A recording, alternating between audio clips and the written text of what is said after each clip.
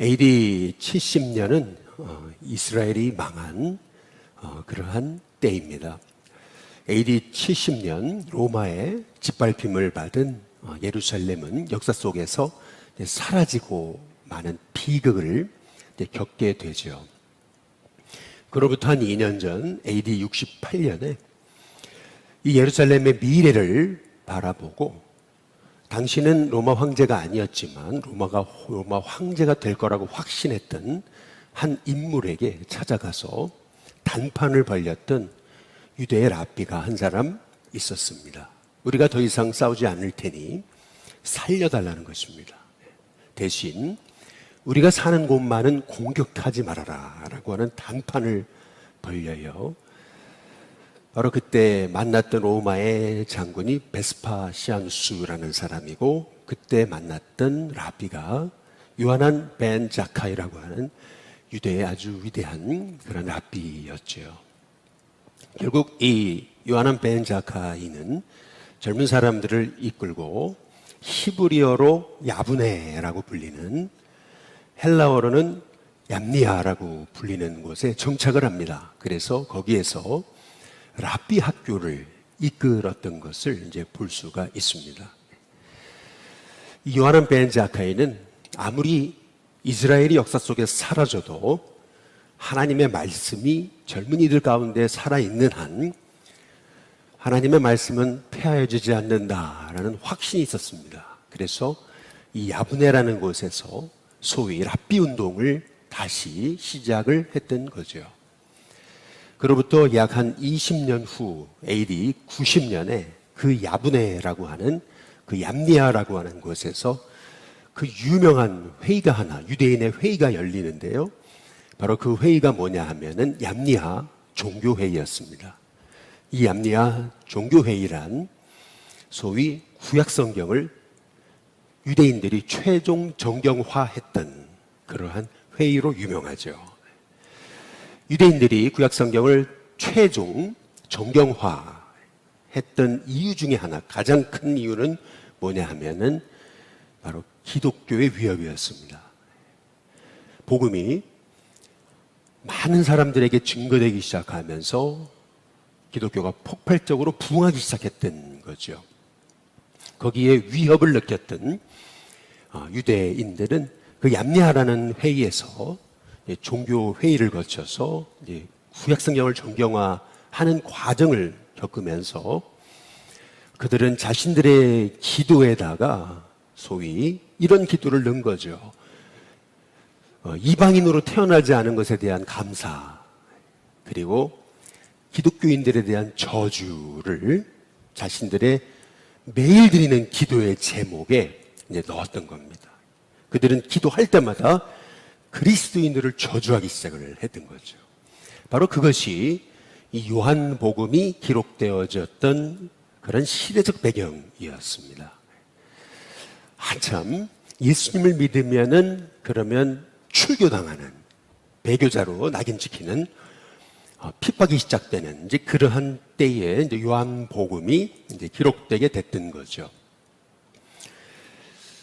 제자들은 분명 과거에 예수님이 오병이어의 기적을 행하셨을 때 수많은 사람들이 이제 열광을 했잖아요. 막 메시아로 삼으려고 할 정도로. 그러나 예수님은 썩을 양식을 주시려고 오신 것이 아니고 영생하도록 위하여 있는 양식을 주시려고 오신 것이잖아요. 그래서 예수님은 끊임없이 영생하도록 있는 양식에 관해서 말씀을 하신 겁니다. 그래서 오늘 요한복음 6장 63절에 보면 살리는 것은 영이다, 육은 무익하다, 내가 너에게 이르는 말은 영이고 생명이다 라고 이렇게 예수님은 말씀하고 계시는 거죠.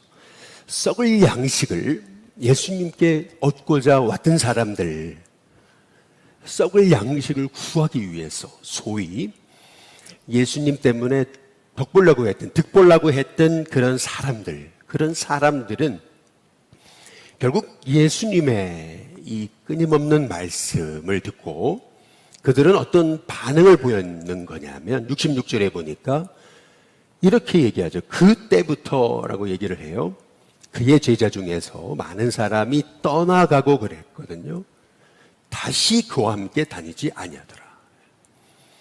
예수님이 썩을 양식을 주시기 오신 것이 아니고 영생하도록 있는 양식을 위해 오셨음을 끊임없이 증거를 하니까요.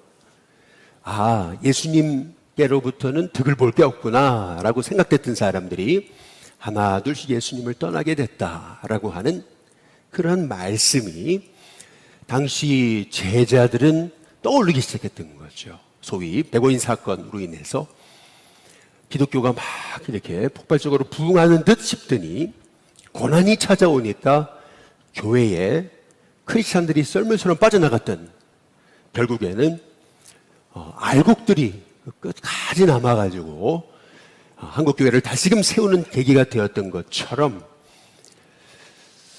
예수님을 통해서 득보려고 왔던 그런 사람들이 예수님은 너희에게 이르는 말은 영이지 너희들에게 이르는 말은 육이 아니다 라고 말씀하시는 그 예수님의 말씀을 듣고 많은 사람들이 예수님을 떠나갔던, 썰물처럼 빠져나갔던 그런 광경이 제자들에게 이제 떠올랐던 겁니다. 근데 오늘 여기서 우리가 주목해 봐야 될 너무나 중요한 말씀 하나가 있어요. 단어 하나가 있습니다. 그게 뭐냐면은 60절에 한번 보시면 이렇게 얘기하거든요. 제자 중 여럿이 듣고 이렇게 얘기를 해요.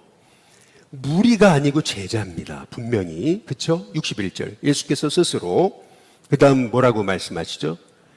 제자들이 이 말씀에 대해 수군거리는 줄 아시고 이르시되 이 말이 너에게 걸림이 되느냐. 그렇죠? 그리고 66절에도 보시면 그들이 누구였냐. 그때로부터 그의 누구 중에서요? 제자 중에서입니다. 무리가 아니에요. 제자입니다. 분명히 제자라는 것을 강조하고 있습니다. 소위 예수님을 내가 따르겠다라고 자칭 제자로 왔던 사람들, 그 사람들이 실은 정말 생명 되신 예수님을 의지하기 위해 왔던 것이 아니고 예수님을 통해서 내가 한 자리, 또 다른 자리, 그리고 득을 보려고 왔던 참된 제자가 아니었던 것을 우리는 오늘 이 말씀을 통해서 알 수가 있는 것입니다. 많은 사람이 밀물처럼 예수님께 막 우리도 제자가 되겠습니다. 우리도 제자가 되겠습니다. 쫓아오다가 예수님이 오신 목적은 참된 생명을 주시기 오신 것이다 라고 하는 것을 증거하실 때 그들은 아닌가 보다, 우리는 여기서 득볼 게 없는가 보다 이제 이렇게 생각됐던 많은 제자들이 썰물처럼 쫙 빠져나가는 그런 상황 속에서 67절에 보면은 예수님이 이렇게 말씀하시는 거죠. 12 제자에게 말씀하시는 겁니다. 너희도 가려느냐? 너희도 떠날 거냐? 라고 이렇게 묻는 것입니다. 여러분, 이 너희도 가려느냐라고 하는 이 말씀, 여러분 이 말씀은 지금 이 시대 우리에게 주시는 음성이 아닐까라는 그런 생각이 드는 것입니다. 소위 코로나라고 하는 또 많은 그런 어려움이라고 하는 상황 속에서 너희도 가려느냐, 우리 주님이 말씀하시는 것이 아닌가라는 생각이 드는 것입니다. 근데 그때 68절에 보니까 시몬 베드로가 이렇게 대답을 하죠. 주여, 영생의 말씀이 주께 있는데 우리가 누구에게로 가오리까? 라고 이렇게 대답을 합니다. 영생의 말씀이 주님께 있는데 우리가 도대체 누구에게 간단 말입니까? 라고 이렇게 시몬 베드로가 대답을 하죠. 우리는 여기서 이제 시몬 베드로가 완전히 복음을 이해했구나. 시몬 베드로가 드디어 영적으로 경지에 올랐구나. 성숙했구나. 여러분 그렇게 생각하시면 오해인 거죠. 예수님이 가이사랴 빌립보에서 제자들에게 이제 물으셨잖아요. 그때 시몬 베드로가 이렇게 대답을 하잖아요. 더러는 엘리야, 더러는 선지자, 이렇게 대답을 하게 될 때 시몬 베드로가 했던 말이 있잖아요. 주는 그리스도시요 살아계신 하나님의 아들이십니다. 그때 우리 예수님이 바요나 시몬아 복이 있다 라고 이렇게 말씀하시면서 이를 내게 알게 한 이는 하나님이시다 라고 그렇게 말씀을 하시잖아요. 그리고 나서 바로 시몬 베드로는 예수님 십자가에 죽으시고 이제 부활하실 것을 말씀하셨을 때 예수님을 간했다라고 얘기합니다. 간했다는 말은 예수님을 꾸짖었다, 책망했다. 그래서는 안 됩니다. 그럴 수는 없습니다라고 했다라는 것을 성경이 말하고 있습니다. 다시 말하면 베드로는 지금 완전히 복음을 이해한 게 아니었습니다. 그럼에도 불구하고 지금 68절에 주여 영생의 말씀이 주님께 있는데 우리가 누구에게로 갑니까? 라고 하는 여러분 이 대답은요, 이거는 시몬 베드로의 대답이 아니었습니다. 이것은 하나님이 그의 입술을 통해 넣어주신 말씀이라는 것을 우리가 알 수가 있는 거죠. 65절에 보시면은 예수님 이렇게 말씀하시잖아요. 또 이르시되 그러므로 전에 너희에게 말하기를 내 아버지께서 오게 하여 주지 아니하시면 누구든지 내게 올 수 없다 라고 이렇게 말씀을 하셨잖아요. 다시 말해 베드로는 예수님이 오게 하신 자였기 때문에, 그렇기 때문에 영생의 말씀이 죽게 있사온데 우리가 누구에게로 갑니까? 여러분 결국 하나님이 택한 자였기 때문에 그는 그의 입술의 고백에서 결국 예수님이 바로 하나님의 거룩하신 분 그리스도이심을 고백하면서 영생의 말씀이 죽게 있사온데 우리가 어디로 갑니까? 라고 하는 이 고백을 했던 것을 우리가 보게 이제 되는 거죠. 우리의 인생이 이렇게 영생의 말씀이 죽게 있사온데 우리가 어디로 가오리까? 오늘 이 고백이 우리가 평생에 붙잡고 나아가야 될 믿음의 고백인 줄로 믿습니다. 이 요한복음이 쓰여지고 약 한 80여 년 후에 터키의, 지금의 터키죠, 서머나라고 하는 땅에서 한 위대한 그리스도인이 예수님을 믿는다는 이유로 화형을 당하게 되는 그러한 끔찍한 일을 겪게 되었던 거죠. 한마디만 하면 살 수 있었습니다. 나는 예수님 모른다. 한마디만 했었으면은 그는 불태워 죽여지지 않았던 그러한 상황 속에서 그는 그렇게 고백을 했던 거죠. 바로 나를 하나님의 자녀로 세우신 그분이 86년 동안 한 번도 나를 저버리지 않으셨는데 내가 어떻게 그분을 저버릴 수 있겠습니까? 그 고백을 하면서 결국 불태워져 죽게 되는 그러한 고난을 당했죠. 그러나 바로 그 고난의 현장 속에서도 그의 입술에, 그의 마음의 고백에 있었던 것은 영생의 말씀이 죽게 있사온데 내가 누구에게로 갑니까? 내가 누구를 부인합니까? 여러분 그것이 바로 그 서머나라고 하는 곳에서 믿음을 끝까지 지키면서 선한 믿음의 싸움을 싸웠던 그 폴리캅이라고 하는 분의 위대한 고백이었던 거죠. 그곳을 전에 가봤었습니다. 그곳을 가보면서 그분의 그 고백이 떠오르면서 오늘 말씀하고 이렇게 딱 겹쳐지는 것을 이제 느끼게 된 거죠. 예수님이 단지 썩을 양식을 위해 찾아왔던 그 수많은 제자들이 떠나가는 것을 보고 예수님이 하셨던 그 말씀 있잖아요. 너희도 가려느냐? 너희도 가려느냐? 이 말씀이 이게 얼마나 우리의 가슴에 다가오는 말씀이겠습니까? 예수님을 쫓는다는 이유로 고난당하고 배교당하고 출교당하는 그런 상황 속에서 주님이 말씀하시는 거죠. 너희도 가려느냐? 너희도 날 부인하려느냐? 그때 시몬 베드로의 그 유명한 위대한 대답, 영생의 말씀이 주님께 있는데 우리가 누구에게로 갑니까? 여러분 이것이 우리가 오늘도 하루 동안 또 우리의 평생에 붙잡고 살아야 될 믿음의 고백인 줄로 믿습니다. 영생의 말씀이 주님께 있지 않습니까? 영생의 말씀이 주님께 있는데 우리가 누구에게로 가겠습니까? 여러분, 이 한마디의 고백이 우리 인생의 평생의 고백이 될 수 있게 되시기를 주님의 이름으로 축복합니다. 저 이집트 땅에 가게 되면은 소위 기독교에서는 굉장히 이제 섹트 그룹으로 이제 여겨져 가지고 이렇게 주목받지 못하는 한 기독교 공동체가 이제 있어요. 이제 그도 그럴 것이 한참 유대인들의 핍박으로 인해서 고난당하는 그러한 시점에 교회가 세워졌던 거죠. 그리고 유대인들의 핍박 이후에 또 로마의 핍박이 있었고, 로마의 핍박이 끝나는가 싶더니 또 이슬람의 핍박이 있었던 거예요. 그래서 지금까지도 거의 2000년 정도 믿음을 지켜오는 공동체가 이제 있는 거죠. 그 믿음의 공동체, 아직까지도 그 신앙을 지키고 있는 그 공동체가 그 유명한 마태 마가복음을 기록했던 마가의 후예들이라고 불리는 그 이집트의 곱틱이라고 하는 크리스찬들입니다. 그 곱틱 크리스찬들이 세웠던 교회들의 특징이 있는데, 그것은 뭐냐면 교회가 지하에, 반지하에 교회가 있는 거예요. 예배당을 지하에다가 이렇게 지었습니다.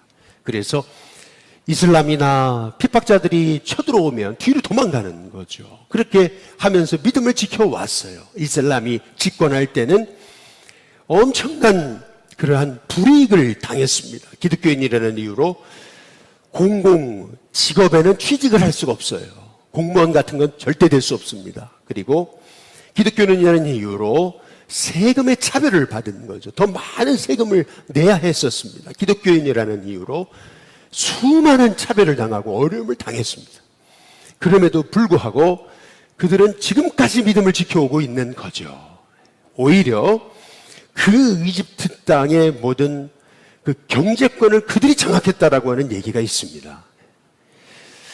여러분, 오늘 이 말씀, 영생의 말씀이 죽게 있는데 우리가 누구에게로 갑니까? 여러분, 이 고백을 갖고 우리가 믿음으로 살아갈 때 분명 우리가 썩을 양식을 위해서 주님을 쫓은 것이 아니고 영생하도록 있는 양식을 위해서 주님을 쫓는 우리였기 때문에, 때로는 우리 예수님 때문에 우리가 고난당하고 어려움 당해도 우리는 끝까지 이 제자들의 이 고백처럼 영생의 말씀이 주님께 있는데 우리가 어디로 갑니까? 누구에게로 갑니까? 여러분, 이 믿음의 고백으로 우리가 오늘 한날을 살아가게 될 때 저와 여러분의 인생 속에서 정말 살리는 것은 영이다.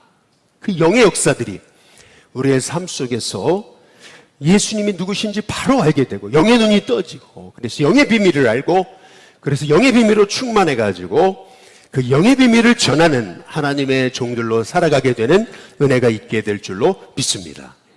그 영의 비밀을 몰랐던 사람이 거기 70절에 나오잖아요. 가룟 유다. 여기 70절 예수님 말씀에 내가 너희 12를 택하지 않았느냐.